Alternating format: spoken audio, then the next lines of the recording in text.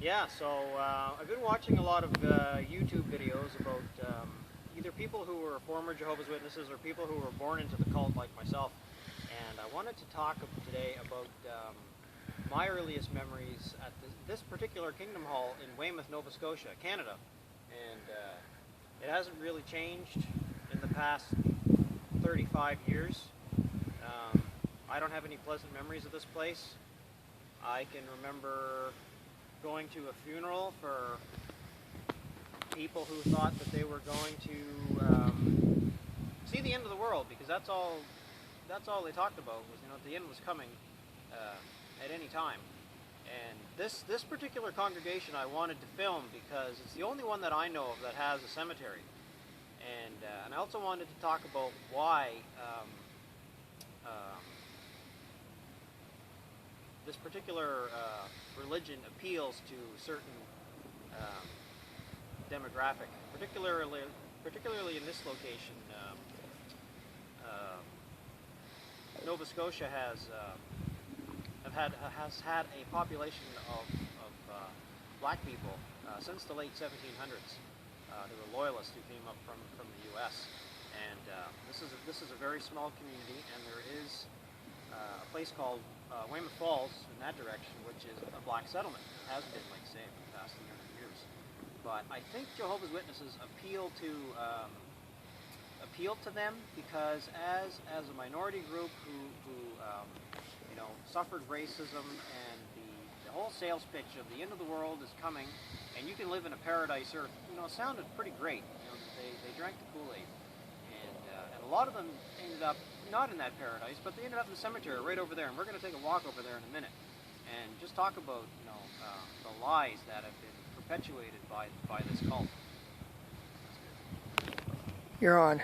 All right, so yeah, just have a look around here. This is the whole plot that was set aside decades ago, and you can see how many people are buried here. There's not very many. Maybe there's headstones here that I don't even know about.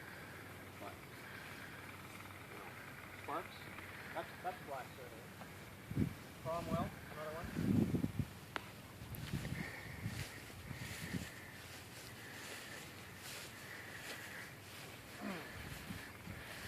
Jarvis, yes.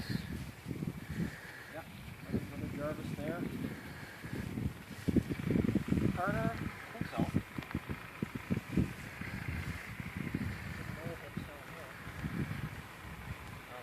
Stone's gone.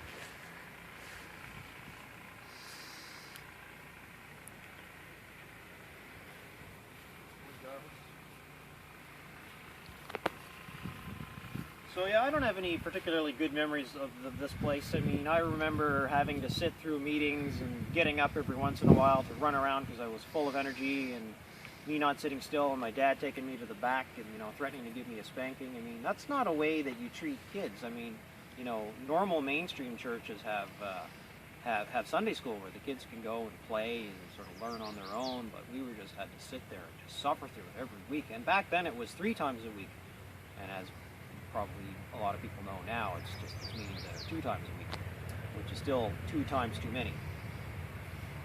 Anyway, I just wanted to talk about this particular cult and my experience, and there's nothing really positive from it.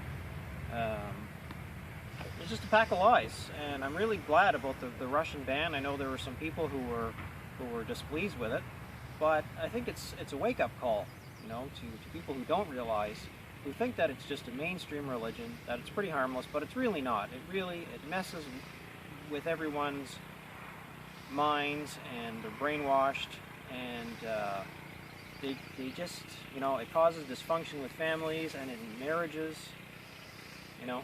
There's nothing good that comes from it, and I really hope that I live long enough to see this cult disbanded. And there's a class action lawsuit that's forming in Canada now for sufferers from sexual abuse, because this particular cult covered up so many sexual abuses. I know of one particular case that happened at this hall that was covered up. And yeah, I really hope that really just makes them go for broke, and they've got to sell all their property, and it would just be one of the best days of my life. Put the smile on my face. Anyway, thanks for watching, guys.